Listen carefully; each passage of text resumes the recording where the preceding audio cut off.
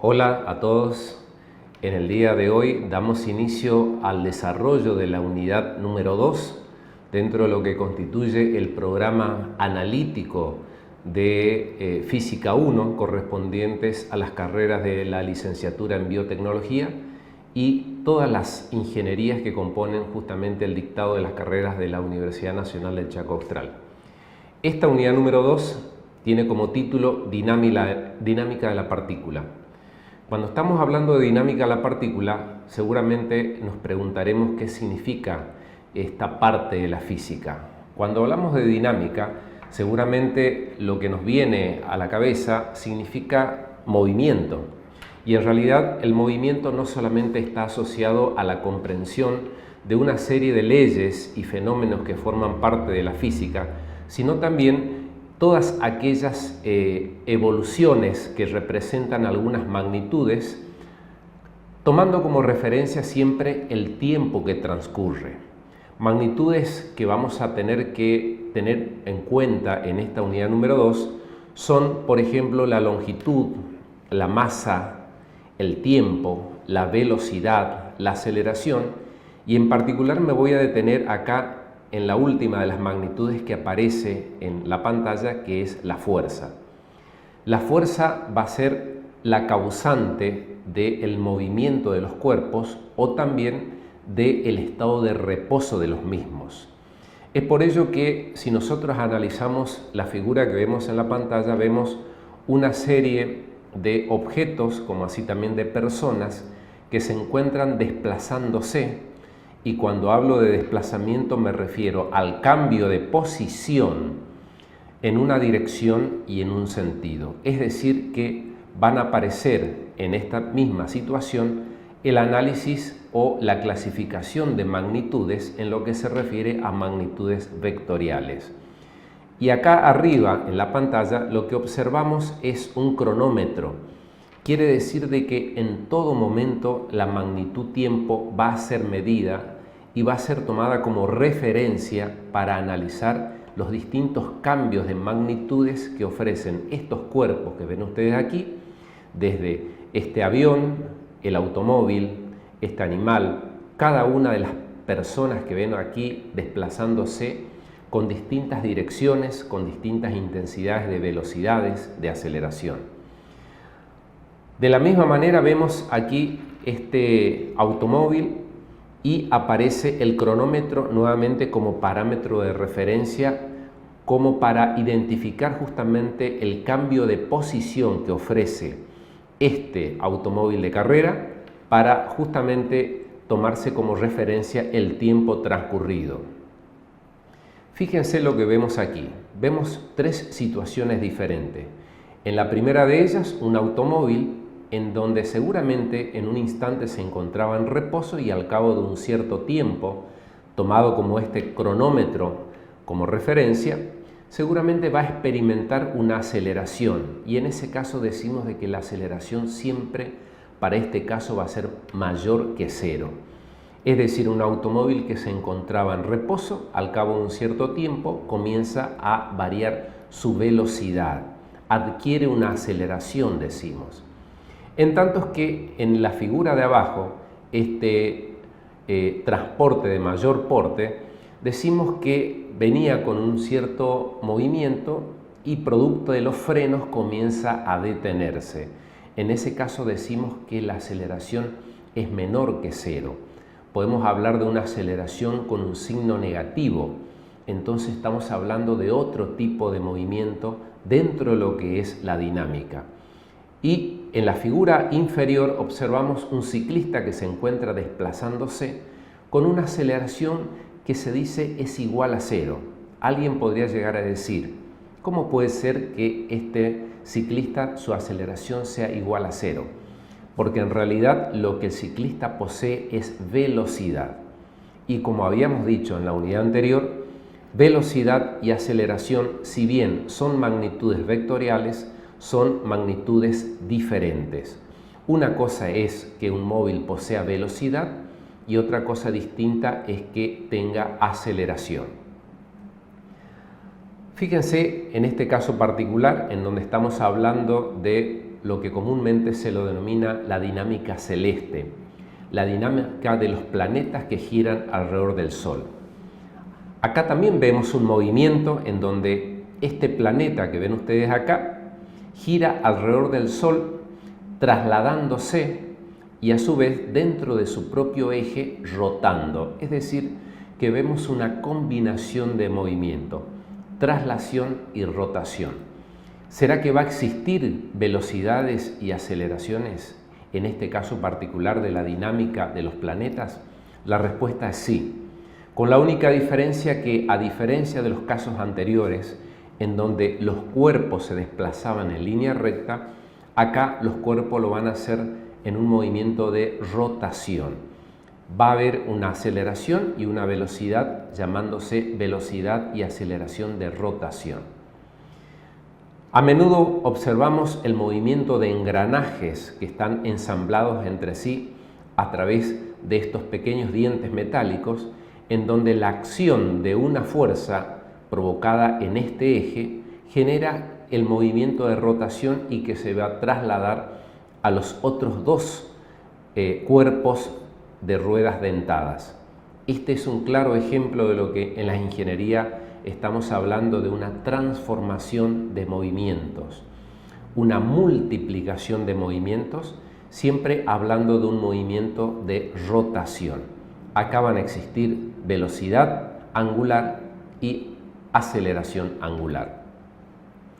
Para comenzar a analizar esta unidad, vamos a analizar el primero de los movimientos que vamos a tener que tener en cuenta en esta unidad. El primero de ellos se denomina movimiento rectilíneo, o también llamado movimiento rectilíneo uniforme, en donde un cuerpo, como ven ustedes aquí en la figura, de color celeste representado por este pequeño bloque, se va a desplazar en línea recta desde el punto O hacia su derecha.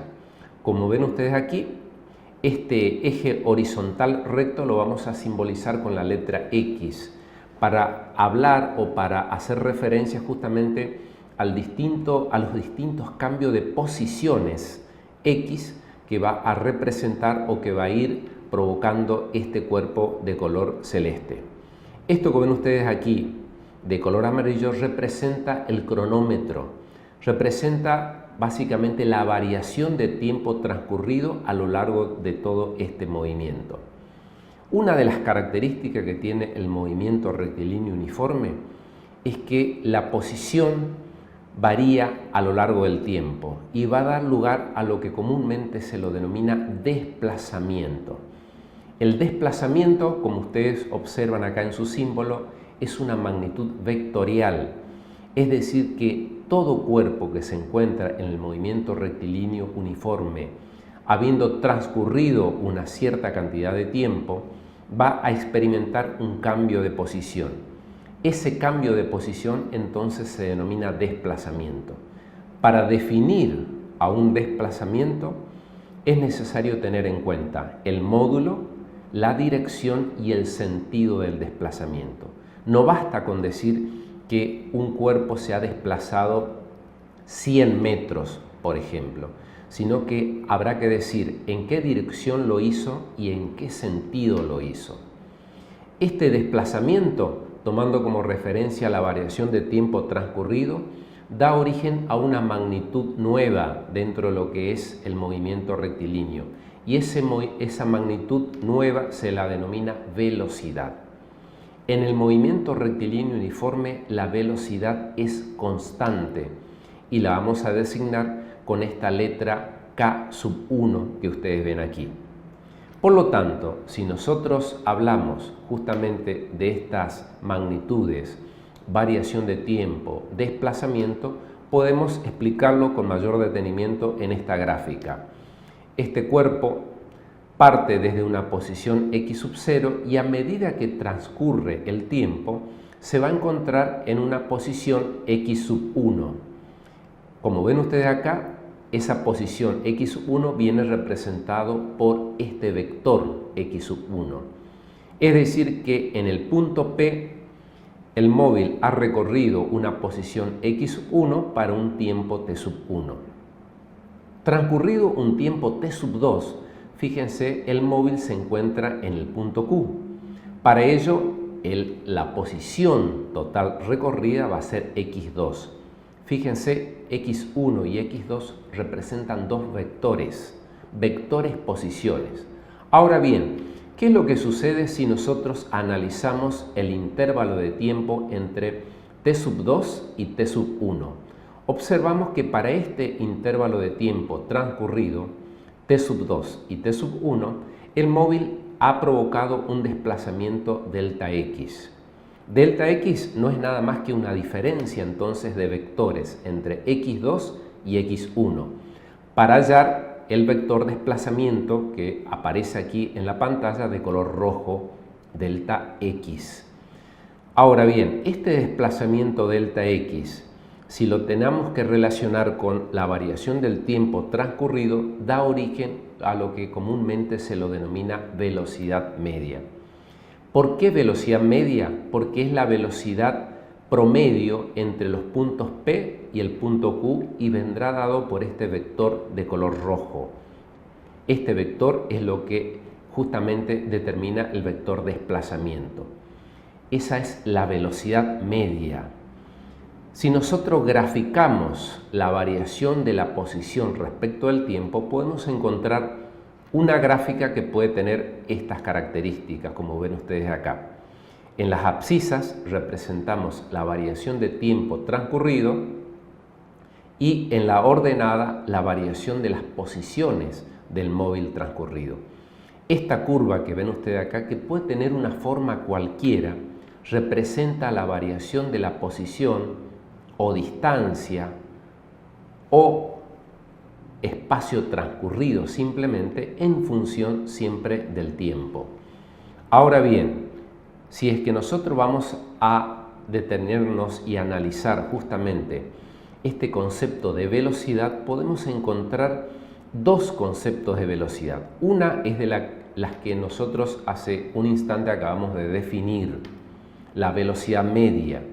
La velocidad media o velocidad promedio entre dos puntos, entre dos posiciones para un intervalo de tiempo entre esas dos posiciones. Es decir, la variación del espacio o posición respecto del tiempo. Este cociente es lo que determina la velocidad media.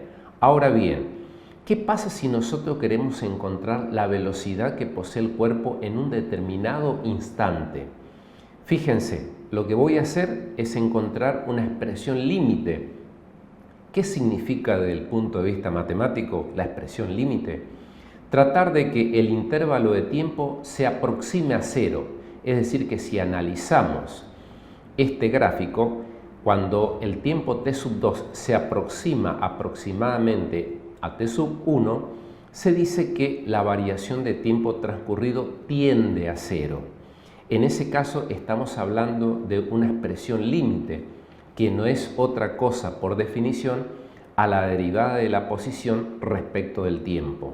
Esto es lo que se conoce con el nombre de velocidad instantánea, la velocidad que va a tener el cuerpo en un instante dado, como por ejemplo en el punto P. Entonces, hemos definido así dos conceptos, velocidad media y velocidad instantánea para lo que es el movimiento rectilíneo uniforme. Estos conceptos que acabamos de ver tienen que ver justamente con una interpretación analítica. Ahora bien, ¿qué pasa si desde el punto de vista gráfico tratamos de interpretar esto? Nosotros vamos a tener una gráfica en un diagrama de ejes en donde en las abscisas representamos el tiempo y en las ordenadas el cambio de posiciones.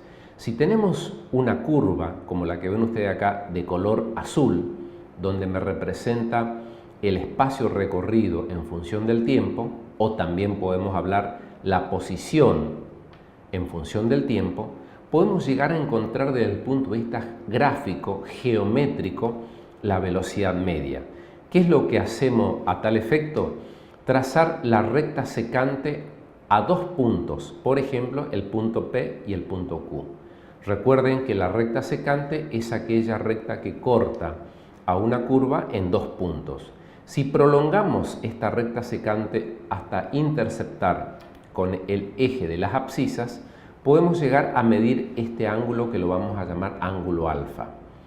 Por definición, dependiente de una recta, la pendiente de esta recta, que no es otra cosa más que la tangente trigonométrica del ángulo alfa, nos va a representar la velocidad media. Pero recuerden, esto es la interpretación geométrica de la velocidad media.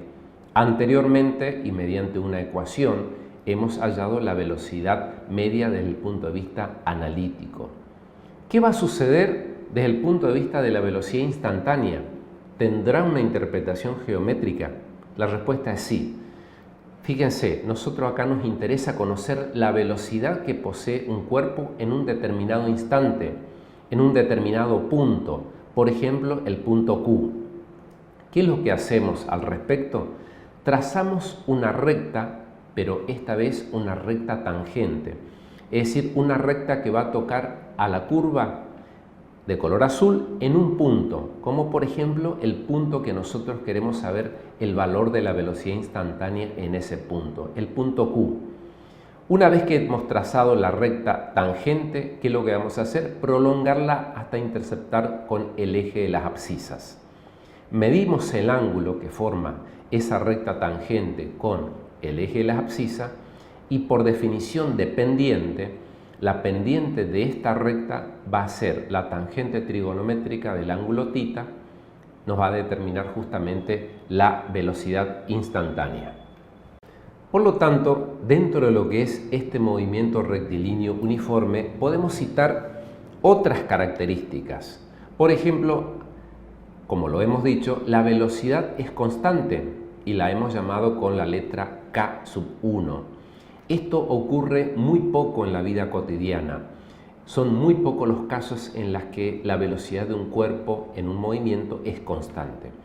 Si nosotros representáramos la velocidad constante en un diagrama de ejes cartesianos ortogonales, donde en el eje de las abscisas representamos el tiempo y en el eje de las ordenadas representamos la velocidad, como interpretación matemática de la representación de una constante, la velocidad va a representar justamente una recta. Fíjense, esta es la recta que determina la representación gráfica, es decir, permanece constante a lo largo de la variación justamente del tiempo transcurrido.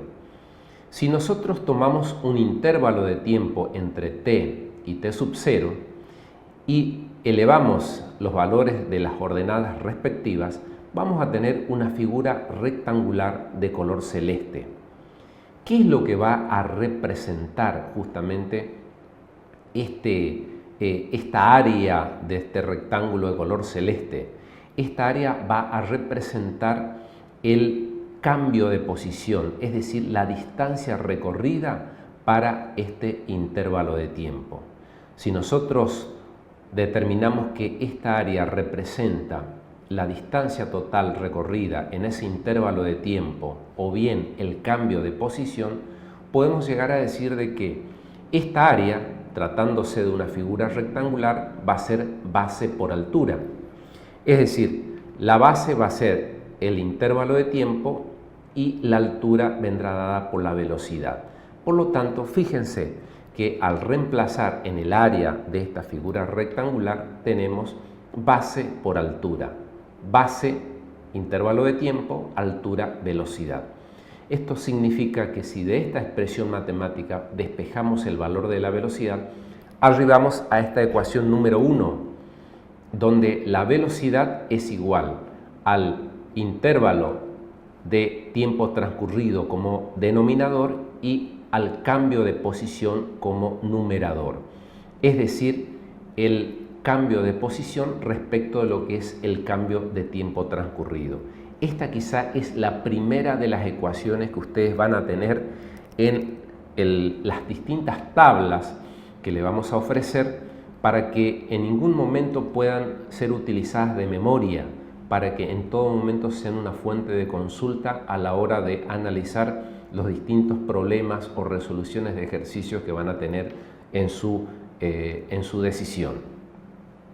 Si nosotros representamos justamente la variación del espacio en función del tiempo, teniendo en cuenta lo antes mencionado, dijimos que la velocidad es constante.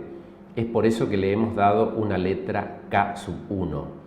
Si en la expresión matemática anterior habíamos dicho que el espacio es igual a la velocidad por el tiempo, al reemplazar la constante, puesto que la velocidad es constante, no queda que el espacio recorrido o posición es igual a la constante K por el tiempo.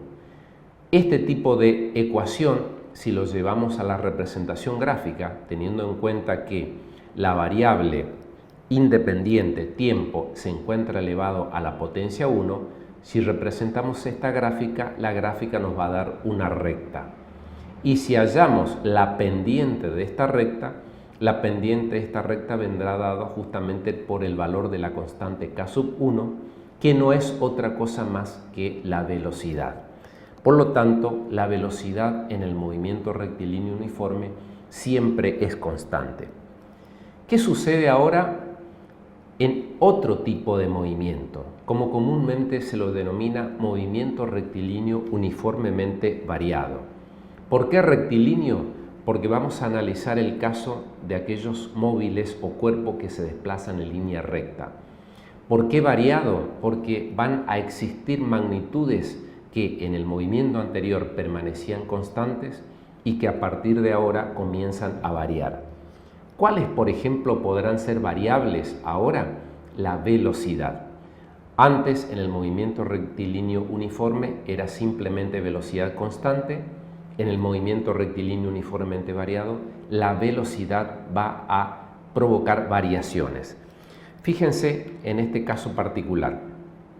En esta gráfica observamos que un cuerpo se encuentra en estado de reposo, es decir, con una velocidad inicial 0, v sub 0, entonces igual a 0, en un instante que le hemos dado el nombre de t sub 0, y a medida que transcurre el tiempo, este móvil comienza a variar su velocidad para encontrarse en el punto R. En el punto R, entonces, para un tiempo t sub 1, su velocidad es v sub 1. ¿Por qué lo he representado con un vector de color azul? Porque la velocidad es una magnitud vectorial. A medida que transcurre el tiempo, en un punto S, el tiempo toma un valor t sub 2, por lo tanto, la velocidad para este móvil es de v sub 2.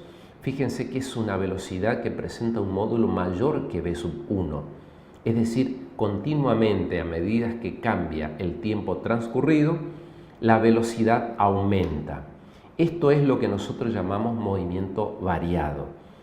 ¿Qué pasa si yo analizo la situación para este móvil entre estos dos puntos? Justamente el punto R y el punto S.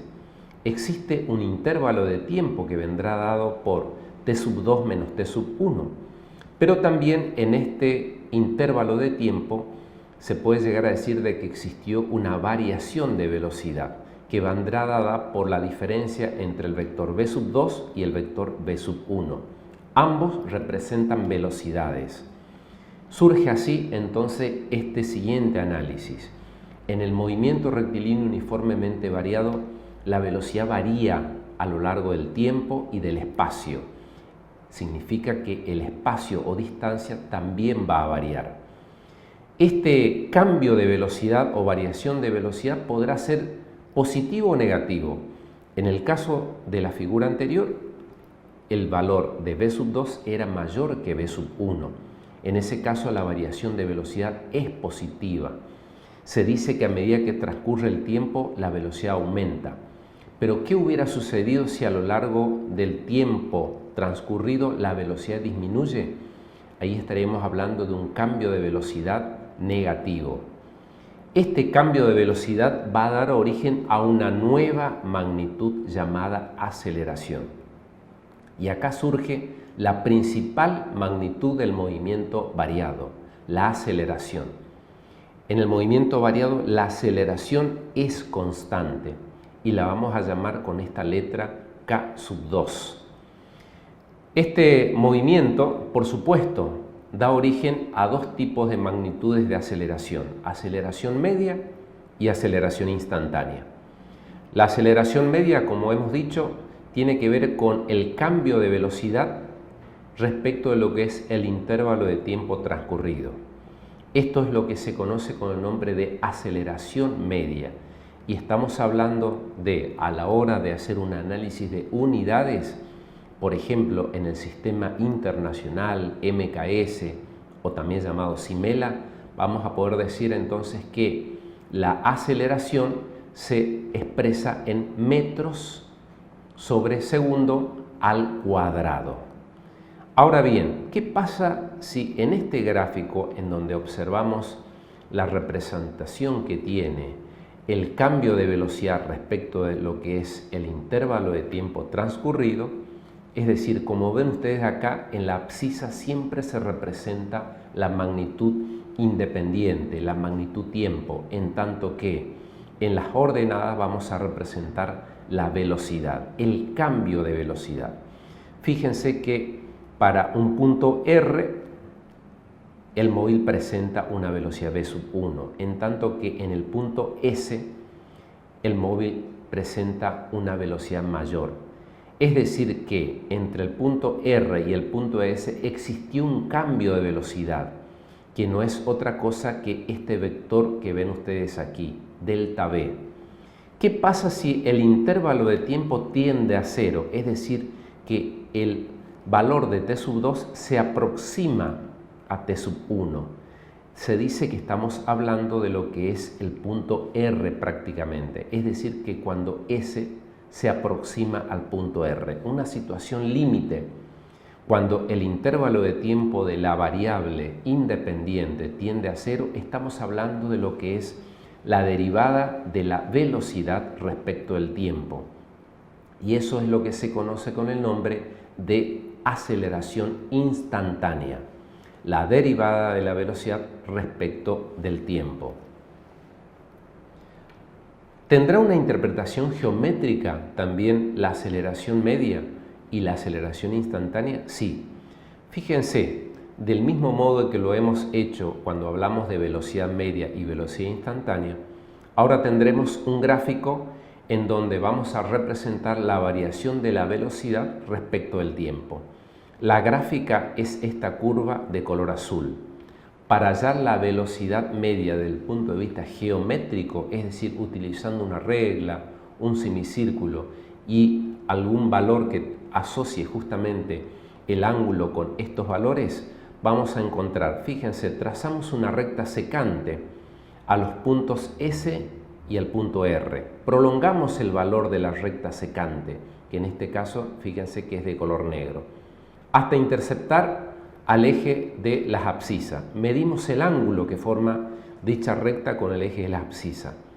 Y por definición, la pendiente de esta recta me va a representar el valor de la aceleración media. La pendiente de la recta secante. ¿Qué pasará desde el punto de vista de la aceleración instantánea? Vamos a tomar entonces, en lugar de dos puntos, vamos a tomar un solo punto, por ejemplo, el punto S de la curva. ¿Qué es lo que vamos a hacer a continuación? Vamos a trazar una recta tangente a la curva por ese punto S. Esa recta tangente, si la prolongamos hasta interceptar con el eje de las abscisas, va a determinar este ángulo, omega. La pendiente de esta recta tangente me va a determinar el valor de la aceleración instantánea.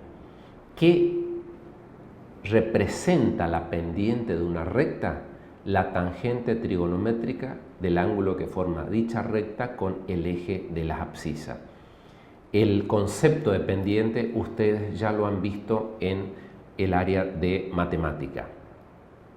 Fíjense que una de las características que tenía este movimiento rectilíneo uniformemente variado es la aceleración constante. Por lo tanto, si representamos en un gráfico donde tenemos en el eje de las abscisas tiempo y en el eje de las ordenadas aceleración, si la aceleración fuera constante, la representación gráfica sería esta recta que ven ustedes acá, paralela al eje de las abscisas. Si consideramos un intervalo de tiempo t y t sub 0, fíjense que al elevar ambos valores hasta interceptar a la recta de la aceleración constante, podemos llegar a decir de que el área de esta figura rectangular representa el cambio de velocidad, la variación de velocidad. Si nosotros decimos que el área representa el cambio de velocidad o la variación de velocidad, podemos hablar entonces de que el área de este rectángulo va a ser base por altura. La base será la variación del tiempo y la altura vendrá dada por el valor de esta aceleración. Fíjense que eso es lo que hacemos en reemplazar acá, base por altura. Si de esta expresión matemática despejamos la aceleración, decimos que la aceleración es igual al cociente entre la variación de velocidad y el intervalo de tiempo transcurrido. Esta es la ecuación número 2 que aparece en la tabla de ecuaciones y de equivalencias que va a estar a su disposición o que está a su disposición en la plataforma virtual o bien a través del envío a sus distintos correos. Fíjense que hasta ahora en el movimiento rectilíneo uniformemente variado hemos analizado en particular tres magnitudes: la velocidad, el tiempo transcurrido y el hallazgo de esa nueva magnitud física llamada aceleración. Ahora la pregunta que nos hacemos es: ¿qué pasó con el espacio, el cambio de posición que va a recorrer justamente esta partícula? Si nosotros representamos el cambio de velocidad o la variación de la velocidad respecto del tiempo, para el caso del movimiento rectilíneo uniformemente variado, observamos que vamos a tener esta gráfica. Esta gráfica será una recta, fíjense que viene dado por una cierta inclinación, en donde el móvil en el eje de las ordenadas observamos los distintos cambios de velocidad que parte desde un valor, desde una velocidad inicial, por ejemplo, hasta un valor que en este caso vendrá dado por este valor que observan ustedes acá en la pantalla y que viene dado por este punto, justamente para este intervalo de tiempo. Si nosotros elevamos el valor de estos valores del intervalo de tiempo de t sub 0 hasta interceptar a esta recta, el valor de t hasta interceptar nuevamente a esta recta, obtenemos una determinada área de color celeste que para un mejor análisis la podemos dividir en dos áreas. Fíjense, en una que tiene que ver con un rectángulo y el otro que tiene que ver con un triángulo. Si nosotros sumamos estas dos áreas, área A sub 1 más el área A sub 2, la suma de ambas áreas nos va a representar la distancia total recorrida por esta partícula, por este móvil, el cambio de posición. Por lo tanto, para encontrar esta distancia recorrida en el movimiento rectilíneo uniformemente variado, analizamos el valor de estas áreas. El área A1, fíjense que es un área rectangular. Por definición, esta área va a ser igual a la base por la altura. Es decir, la base, el intervalo de tiempo, la altura, el valor de la velocidad inicial. Fíjense, aquí esta es la altura. El área A sub 2 es el área de un triángulo. Eso significa que si nosotros analizamos el valor de ese triángulo, el área de un triángulo viene dado por la ecuación base por altura sobre 2. La base va a ser el intervalo de tiempo, que ven ustedes acá en la gráfica, que viene dada acá en esta expresión matemática. La altura viene dado justamente por lo que es este tipo de lado de este triángulo. Fíjense que este lado del triángulo nos va a representar la altura del triángulo. Esta altura no es otra cosa más que el producto de la aceleración por el intervalo de tiempo transcurrido. ¿Por qué? ¿De dónde surge esto? Porque en definitiva estoy analizando este segmento que viene dado acá por este valor de la ordenada. Este valor de la ordenada es la variación de velocidad. Y la variación de velocidad nos viene dado justamente por aceleración por el intervalo de tiempo transcurrido. lo reemplazamos aquí, base por altura sobre 2.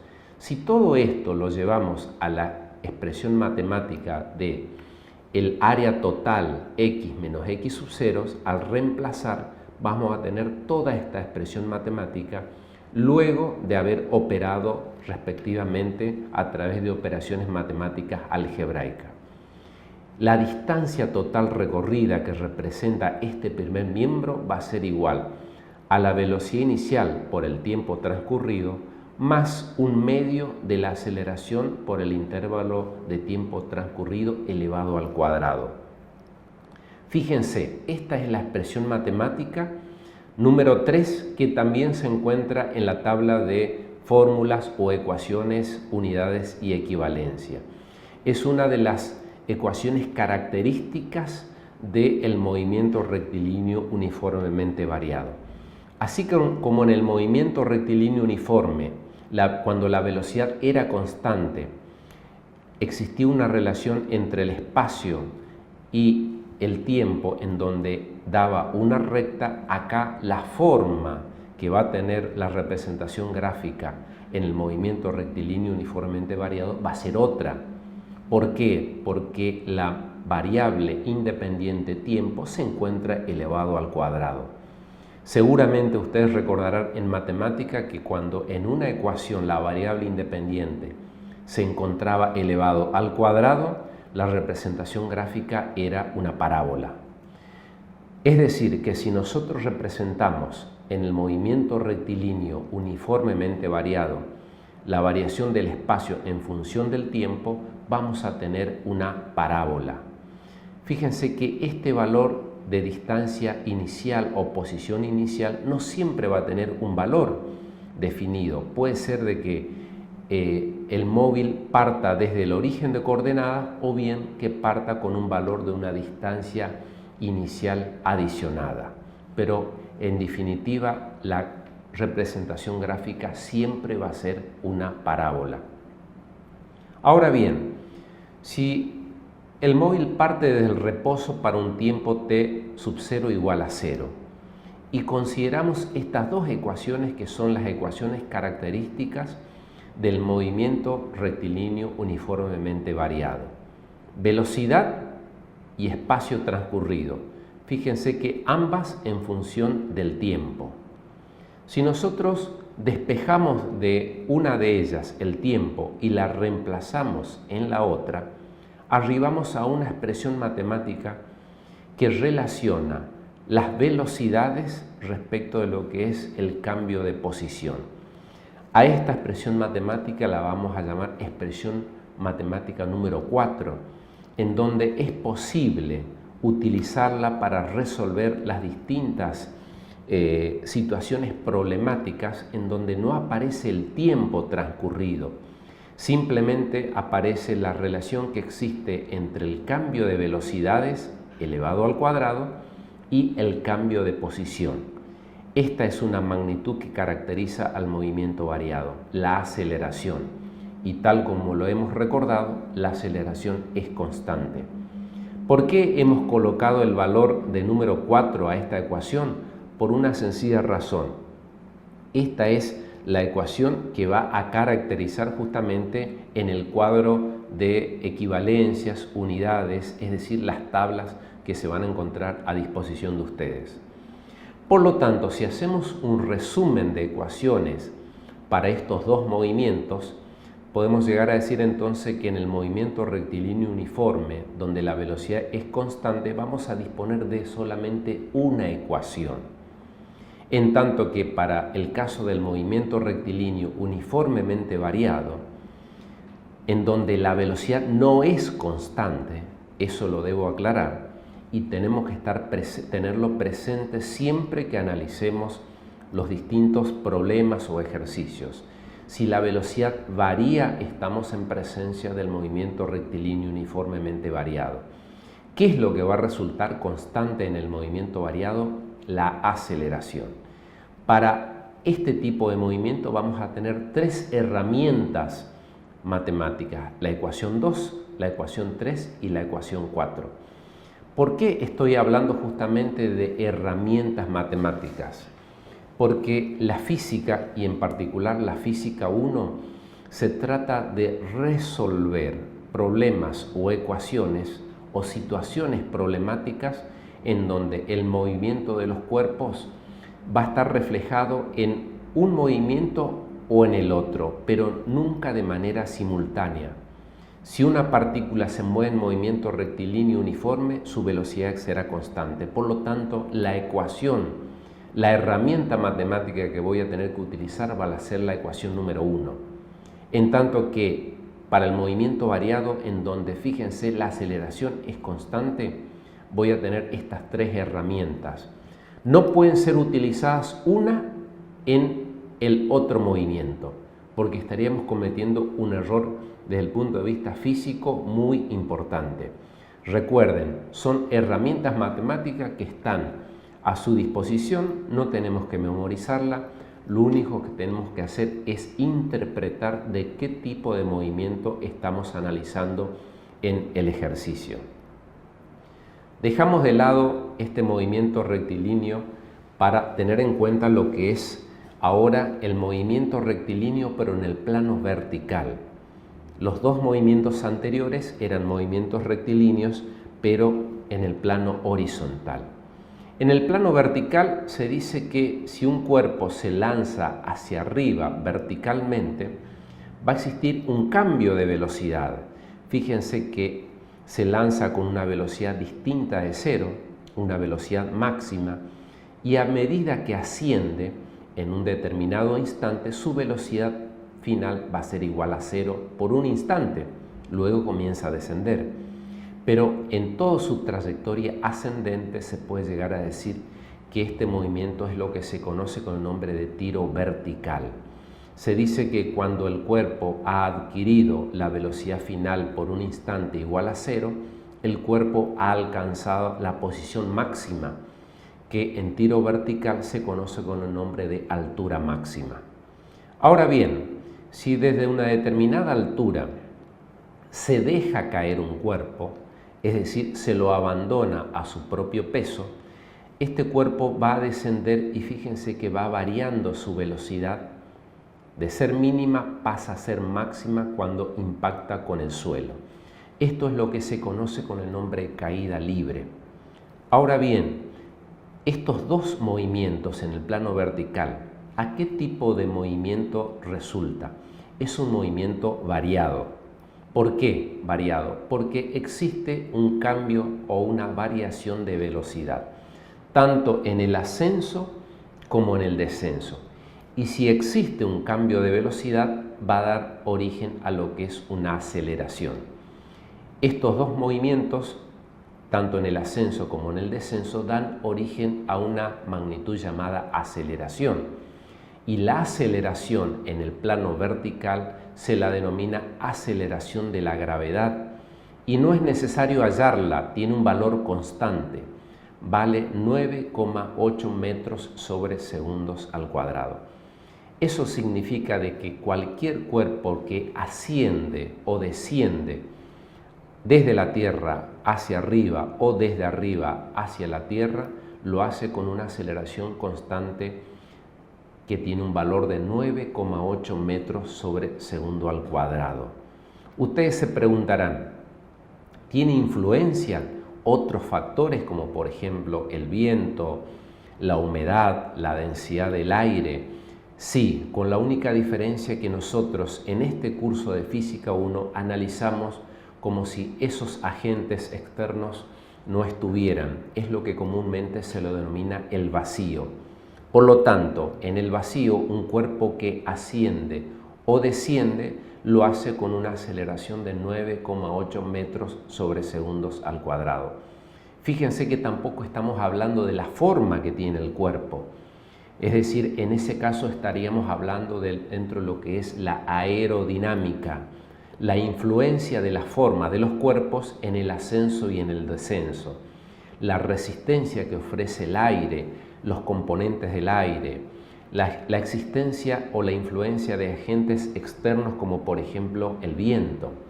Entonces podemos llegar a hablar entonces de que en el movimiento de caída libre, cuando un cuerpo presenta una velocidad inicial igual a 0, si lo dejamos, lo abandonamos, por ejemplo, va a comenzar a descender y va a ir aumentando su velocidad. Se dice que el cambio de velocidad es positivo, porque la velocidad en un instante posterior es mayor que en un instante anterior. Entonces surge esta ecuación número 5, en donde si relacionamos el cambio de velocidad respecto al tiempo, obtenemos una aceleración llamada aceleración de la gravedad.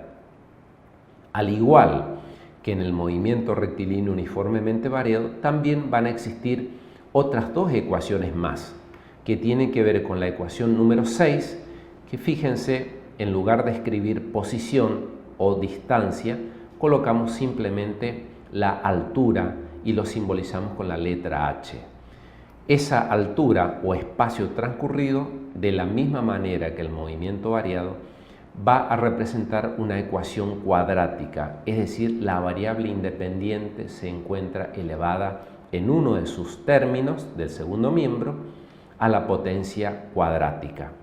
En tanto que en la ecuación número 7, que era similar a la expresión matemática número 4 del movimiento variado, analizamos el cambio de velocidades al cuadrado y que guarda una relación justamente con el espacio o altura recorrida. Fíjense entonces que en caída libre vamos a tener 3 herramientas matemáticas para analizar y tener en cuenta cada una de estas situaciones. Este cambio de velocidad positivo genera justamente que la aceleración de la gravedad adquiera un signo matemático positivo. Eso no va a ocurrir si tenemos en cuenta el movimiento de ascenso. En el movimiento de ascenso, si lanzamos un cuerpo verticalmente hacia arriba, por supuesto en el vacío, esta velocidad de lanzamiento, que es máxima, va a ir variando, va a ir disminuyendo hasta que en un instante se hace 0. Se dice que en ese instante el cuerpo adquirió la altura máxima. Por lo tanto, el cambio de velocidad va a tener un signo negativo. ¿Por qué? Porque la velocidad en un instante posterior es menor que en un instante anterior. Ese signo negativo se traduce al signo negativo de la aceleración de la gravedad. La aceleración de la gravedad, déjenme decirle, siempre es positivo. La única vez que permite utilizarse este signo negativo desde el punto de vista matemático es simplemente para distinguir cuando en el movimiento vertical estamos hablando de un ascenso negativo o bien de un descenso con un signo positivo. Fíjense que las ecuaciones matemáticas son idénticas al de caída libre, con la única diferencia del signo negativo de la aceleración de la gravedad, que se observa en este segundo término del segundo miembro en la ecuación matemática número 6 y también en este segundo miembro de la ecuación número 7 para identificar justamente el valor de la aceleración de la gravedad. Recuerden que tenemos el análisis de el movimiento en el plano vertical como una variante del movimiento rectilíneo variado, con la única diferencia que acá estamos hablando de un ascenso o de un descenso. Otro de los movimientos que resulta interesante interpretar dentro de lo que es esta unidad número 2 titulada dinámicas es el movimiento en el plano XY, también conocido con el nombre de movimiento parabólico o movimiento oblicuo. ¿Qué es lo que sucede en este movimiento en particular?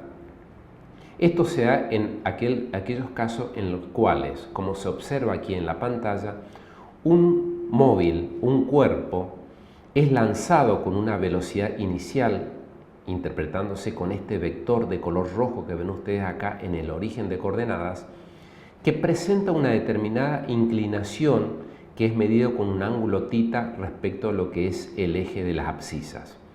Al ser lanzada con una velocidad y una cierta inclinación, este cuerpo va a ascender, pero no de manera vertical, sino que también lo va a hacer de manera horizontal. Es decir, que va a ascender y se va a desplazar también hacia adelante.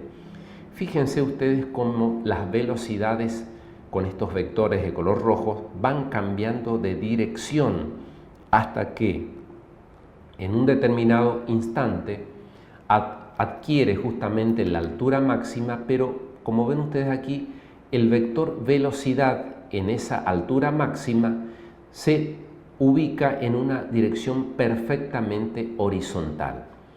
Esa dirección horizontal, con un sentido hacia la derecha, hace que nuevamente ese cuerpo emprenda su movimiento de retorno, no de caída libre, sino que de retorno, es decir, que describe una media parábola descendente hasta impactar con una velocidad de color rojo que se ve aquí de esta manera.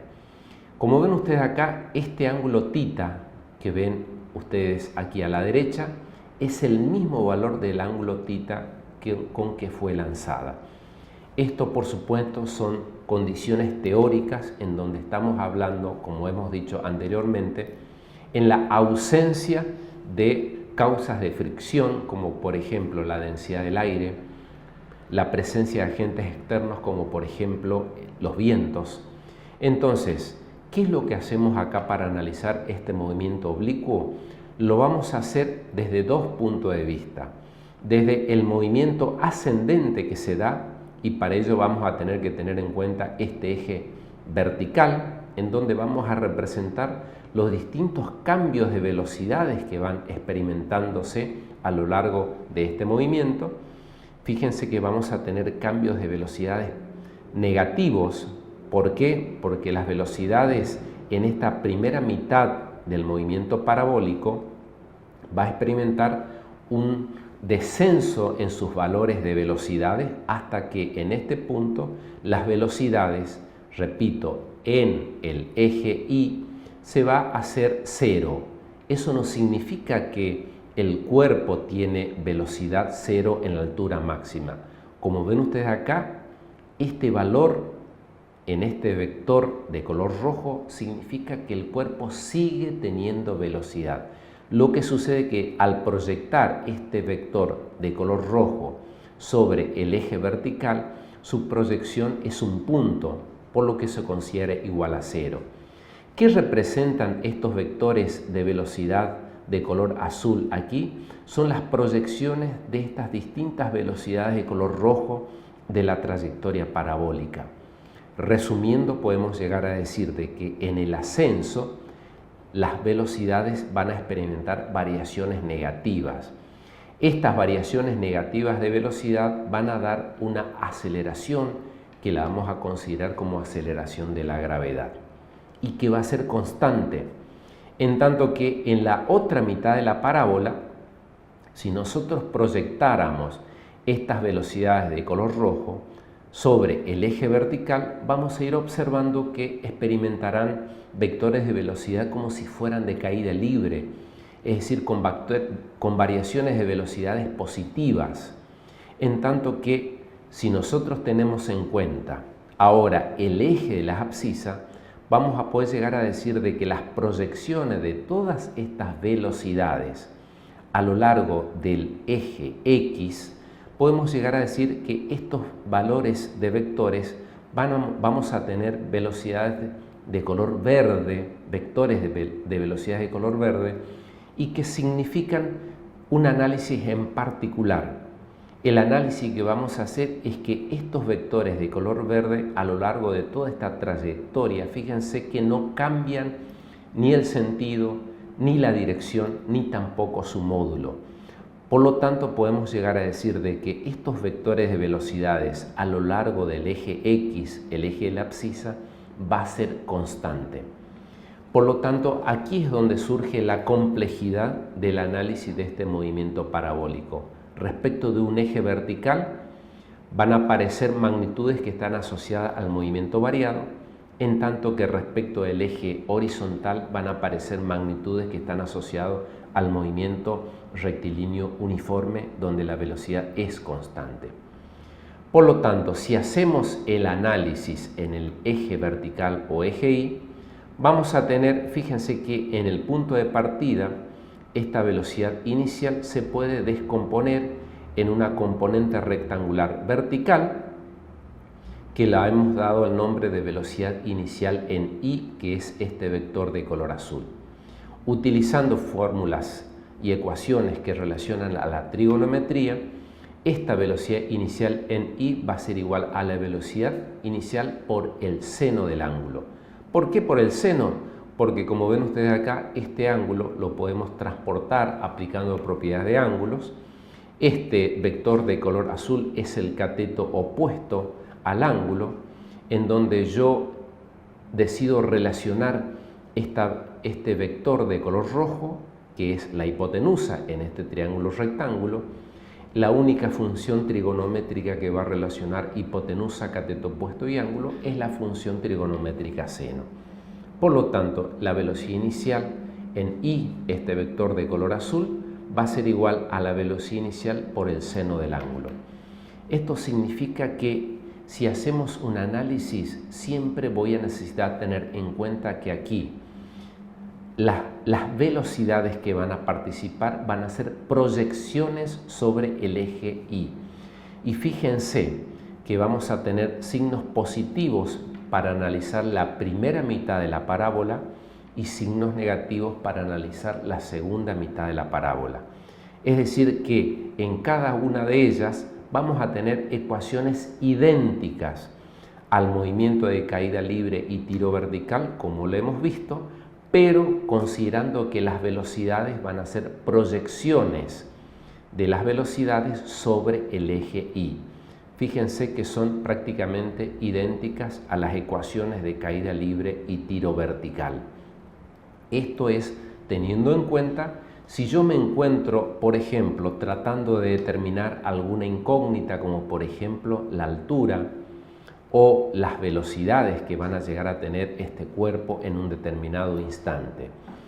Fíjense que si yo analizo el eje X, es decir, las distintas proyecciones que tienen las velocidades sobre el eje de las abscisas, nosotros podemos llegar a decir lo siguiente: si la velocidad inicial con la que fue lanzado el cuerpo proyecto sobre el eje de las abscisas, voy a tener este componente de velocidad que es la velocidad inicial en el eje X. Si yo analizo este triángulo rectángulo, velocidad inicial, este vector de color rojo va a ser la hipotenusa, en tanto que este vector de color verde va a ser el cateto adyacente a este ángulo. La única función trigonométrica que va a relacionar la hipotenusa con el cateto adyacente es la función coseno. Por lo tanto, yo puedo llegar a decir de que la velocidad inicial en X va a ser igual a la velocidad por el coseno del ángulo. Por supuesto que yo he despejado de una expresión matemática en donde dice que el coseno de un ángulo es igual al cateto adyacente sobre la hipotenusa. Cateto adyacente sobre hipotenusa. Si yo despejo entonces el cateto adyacente, arribamos a esta expresión matemática. Esta velocidad, como dijimos, no varía, por lo tanto es constante. Su dirección, su sentido, su módulo va a ser constante. Eso es una de las características del movimiento rectilíneo uniforme. Por lo tanto, yo puedo llegar a decir que respecto del eje de las X, la ecuación que le hemos dado acá, el número 12, va a ser la única expresión matemática que va a caracterizar al movimiento rectilíneo respecto a lo que es el eje X, el eje de la abscisa. ¿Para qué va a servir esta ecuación matemática? Para encontrar el espacio recorrido por este móvil. En el movimiento parabólico, este espacio recorrido se lo conoce con el nombre de alcance. Si nosotros tomáramos la primera mitad de la parábola, el alcance va a ser igual a la velocidad inicial por el tiempo, siempre y cuando estemos hablando de la componente rectangular y horizontal sobre el eje de las X. Es decir, de que si nosotros analizamos la primera mitad de la parábola, fíjense, estaríamos hablando de esta distancia recorrida hasta este punto, en donde entonces decimos que la distancia recorrida hasta este punto es igual a la velocidad en X por el tiempo. Ahora bien, si queremos encontrar el alcance máximo, es decir, el punto en donde el cuerpo impactó nuevamente con el suelo, estamos hablando del alcance máximo. Y el alcance máximo, por tratarse de una parábola perfecta, va a ser igual justamente a 2 veces la ecuación anterior.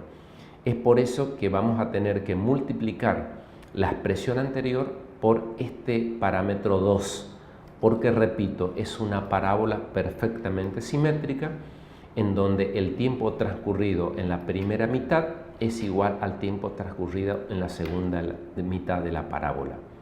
Esto es lo que se conoce con el nombre de alcance máximo. Recuerden, alcance máximo es la distancia total comprendida entre el punto de partida y el punto de impacto con la superficie terrestre por parte de este proyectil.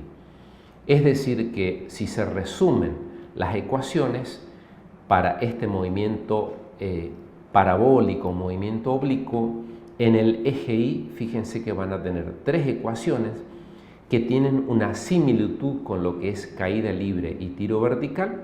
Es por eso que se aclara con los signos positivos y negativos en las distintas ecuaciones.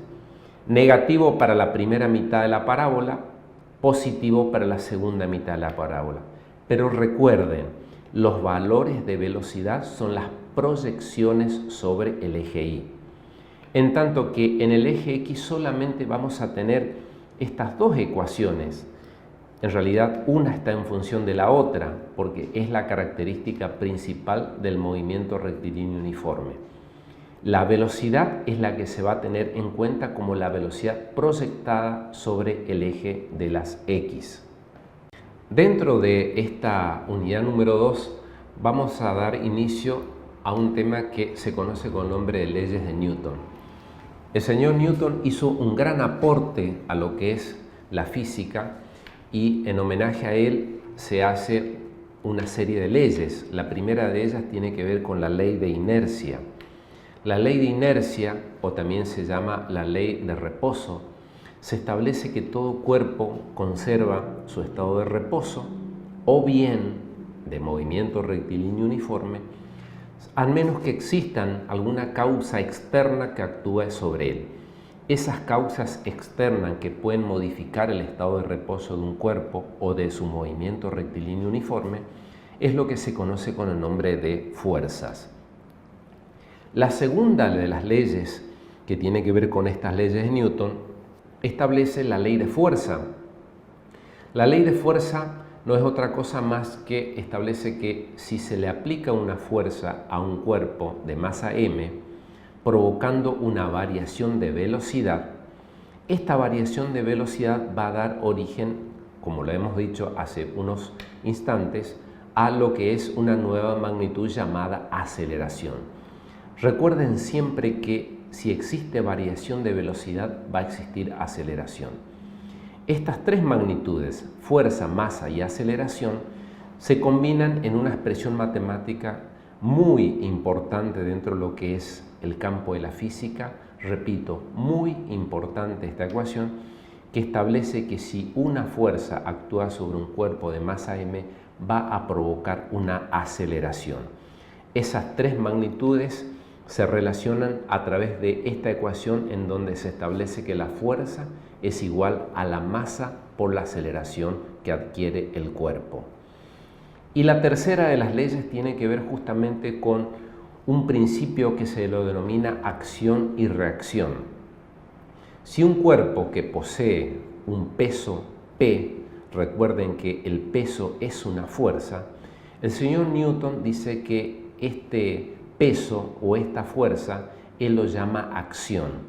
Esta acción va a generar una reacción por parte de la superficie en donde se encuentra apoyado y que le hemos dado el nombre de N por normal. ¿Qué es una fuerza normal? Una fuerza que actúa de manera perpendicular a la superficie de contacto. ¿Qué significa normal? Que va a formar entonces un ángulo de 90 grados entre la dirección de la fuerza y la superficie. El señor Newton dice que el principio de acción y reacción ambas fuerzas van a ser iguales. A toda acción se le va a poner una reacción. Es decir, que ambos, por tratarse de dos fuerzas de igual dirección, de igual intensidad, pero de sentido contrario, el cuerpo va a permanecer en estado de reposo. Ahora bien, ¿qué pasaría si la acción supera a la reacción? Este cuerpo va a comenzar a hundirse, a sumergirse en esta superficie. ¿Qué pasa si la reacción es mayor que el peso? Se va a generar un movimiento del cuerpo hacia arriba en el plano vertical. Por eso es que habla justamente de este principio de acción y reacción el señor Newton. A cada acción le corresponde una reacción. Ambas son de igual dirección, de igual intensidad, pero de sentido contrario. Una vez fijada este fenómeno justamente de análisis de lo que son las leyes de Newton, vamos a iniciar el tratamiento de este fenómeno particular que sucede cada vez que dos superficies se encuentran en contacto. Ocurre lo que comúnmente se lo denomina rozamiento. El rozamiento es un fenómeno que se traduce en una fuerza. El rozamiento ocurre cada vez que dos cuerpos permanecen en contacto y puede ocurrir justamente a medida que yo tiendo a generar el movimiento de un cuerpo sobre una superficie, es decir, sobre el otro cuerpo. Este cuerpo, al estar apoyado sobre una superficie en contacto, va a dar origen a lo que es una fuerza que se va a oponer al movimiento entre ambas superficies. Fíjense lo que vamos a suponer aquí. Vamos a analizar el primer caso en donde un cuerpo se encuentra en estado de reposo. ¿Habrá rozamiento? En un principio decimos que no. ¿Por qué? Porque no hay ninguna causa que tiende a generar el movimiento de este cuerpo de color amarillo sobre esta superficie horizontal. Se da lo que estábamos hablando hace un instante de lo que es la tercera ley de Newton. A una acción, que sería el peso, se le opone una fuerza R, que es la reacción. No existe fuerza de roce porque no existe causas que provoquen o que tiendan a provocar el movimiento de un cuerpo. Ahora, en un segundo caso, vamos a aplicarle a este cuerpo de color amarillo una fuerza de color verde, que la vamos a llamar F0. Eso no significa que el cuerpo se está moviendo ya. Significa simplemente que actúa una fuerza que tiende a provocar el movimiento de un cuerpo. Al actuar esta fuerza de color verde, la fuerza R anteriormente que era vertical dirigida hacia arriba, fíjense que se inclina hacia la derecha. Esta fuerza R va a dar origen a dos componentes rectangulares. Una fuerza N, que es dirigida verticalmente hacia arriba, y la otra componente rectangular de color azul, fíjense, que es paralelo al plano horizontal. Son dos componentes rectangulares de R, siendo el ángulo que forma R con N phi sub 0. A esta fuerza de color azul se la denomina fuerza de rozamiento. Si esta fuerza de rozamiento ya es distinta de 0, a diferencia del caso anterior, del caso 1, acá aparece, tiene un valor, pero fíjense, el cuerpo no se ha desplazado. Eso significa de que esta fuerza de rozamiento de color azul es menor que una fuerza de rozamiento que vamos a llamarla como máxima. Para que exista movimiento, esta fuerza de rozamiento máxima debe ser superada. ¿Qué pasa en un caso siguiente, en un tercer caso? Fíjense que la fuerza ha aumentado su valor, es por eso que le hemos dado el nombre de fuerza F1. Aumentamos el valor de la fuerza R se ha inclinado mucho más hacia su izquierda. Por lo tanto, las componentes rectangulares tienen otro valor. Fíjense que la fuerza de roce ha aumentado el valor en su módulo, siempre dirigida hacia la izquierda, es decir, que se opone al desplazamiento. En esta situación decimos de que la fuerza F1 de color verde aumentó su valor. La fuerza de roce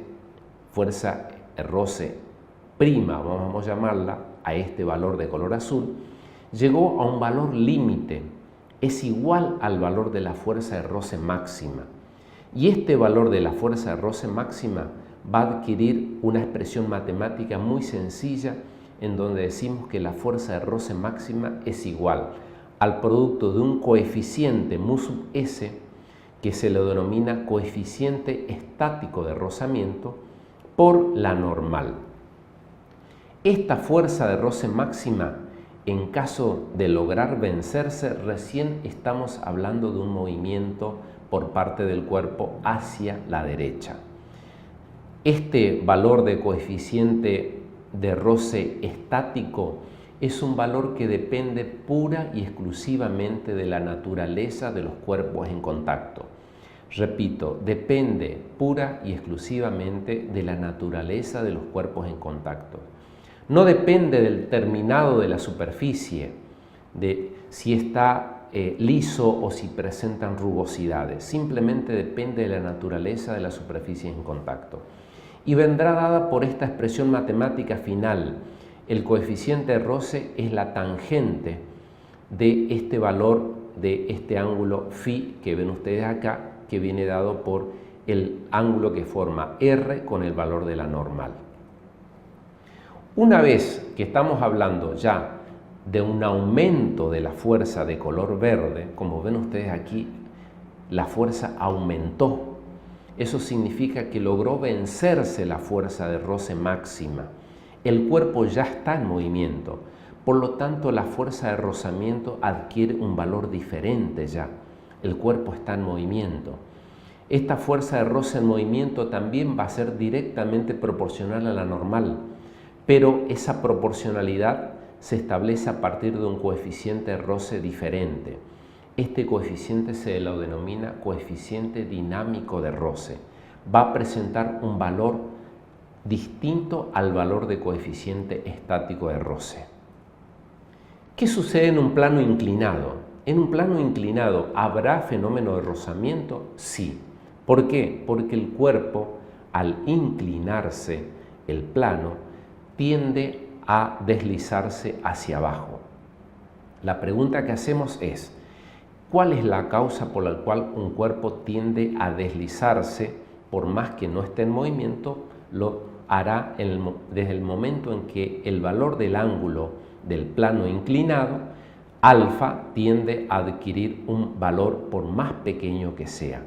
¿Cuál es la causa por la cual este cuerpo tiende a deslizarse hacia abajo? Fíjense, la componente del peso siempre va a ser vertical. Este es el valor del peso. Este peso va a tener dos componentes rectangulares, una componente vertical y una componente horizontal o paralela al plano. Fíjense que el plano va a reaccionar de acuerdo a la tercera ley de Newton con una fuerza reactiva llamada normal. La fuerza de acción hacia el plano ya no va a ser el peso, sino que va a ser P sub I.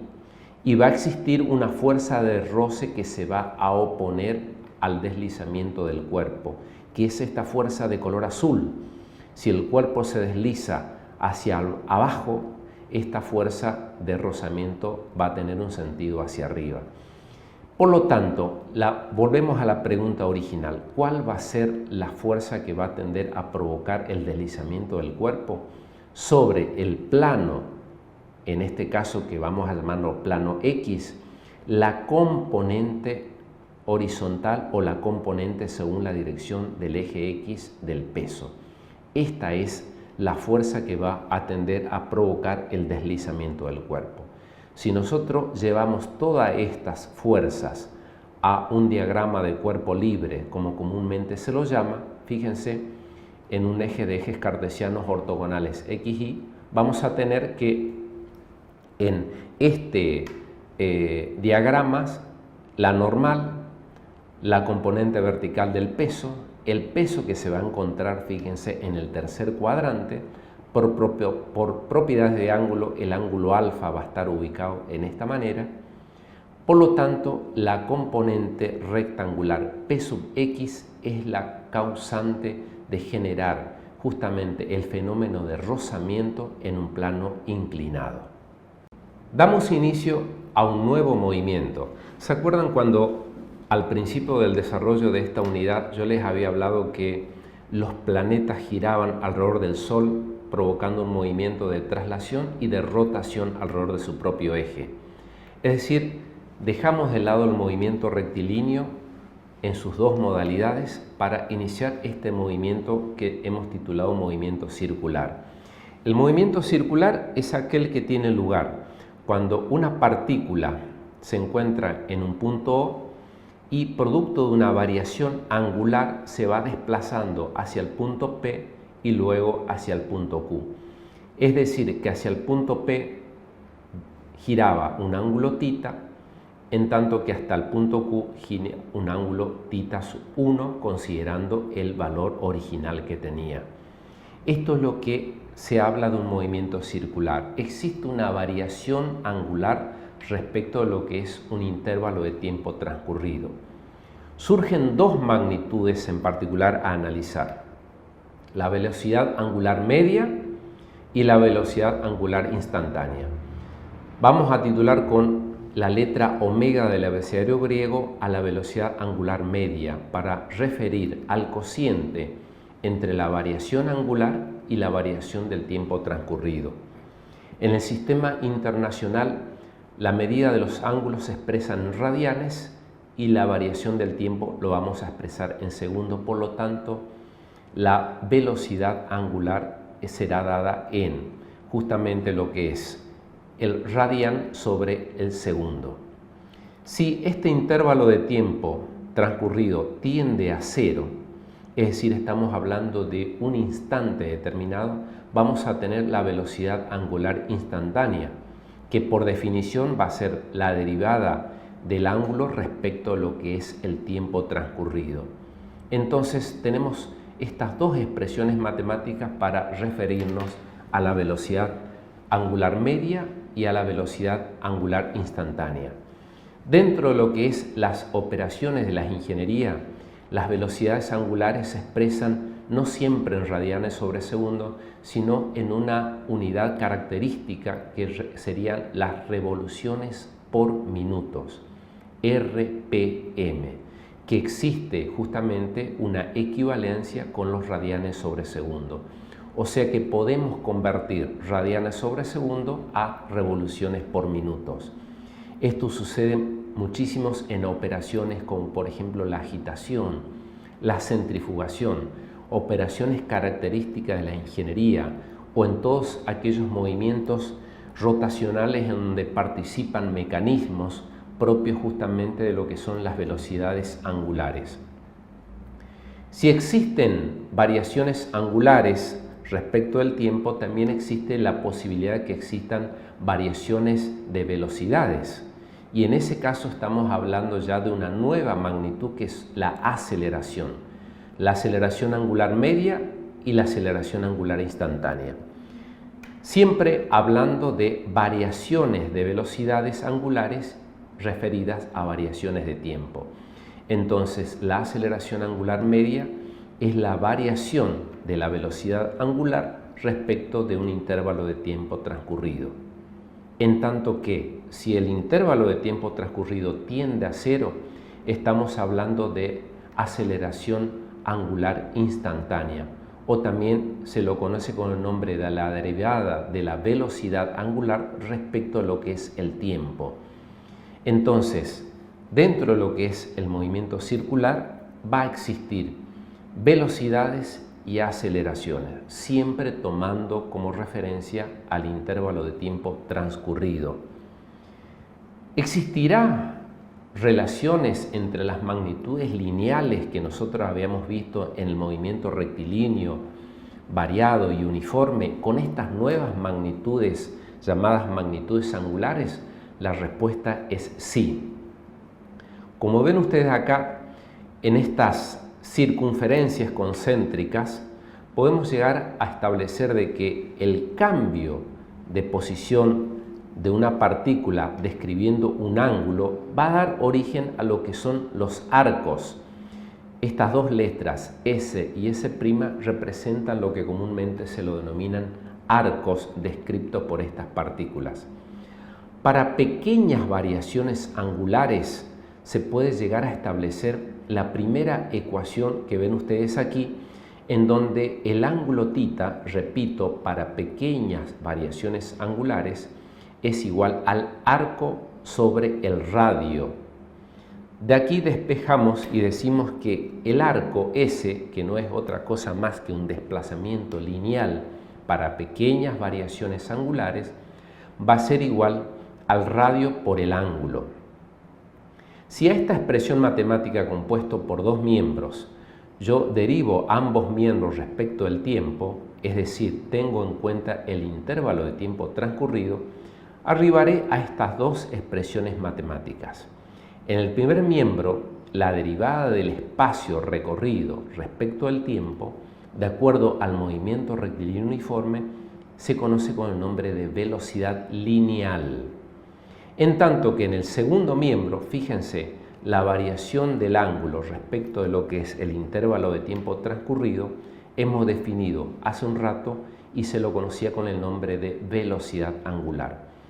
Por lo tanto, fíjense, aparece aquí la primera vinculación, relación entre una magnitud lineal como lo es la velocidad, que viene dado por este vector tangente a la trayectoria circular, y la velocidad angular.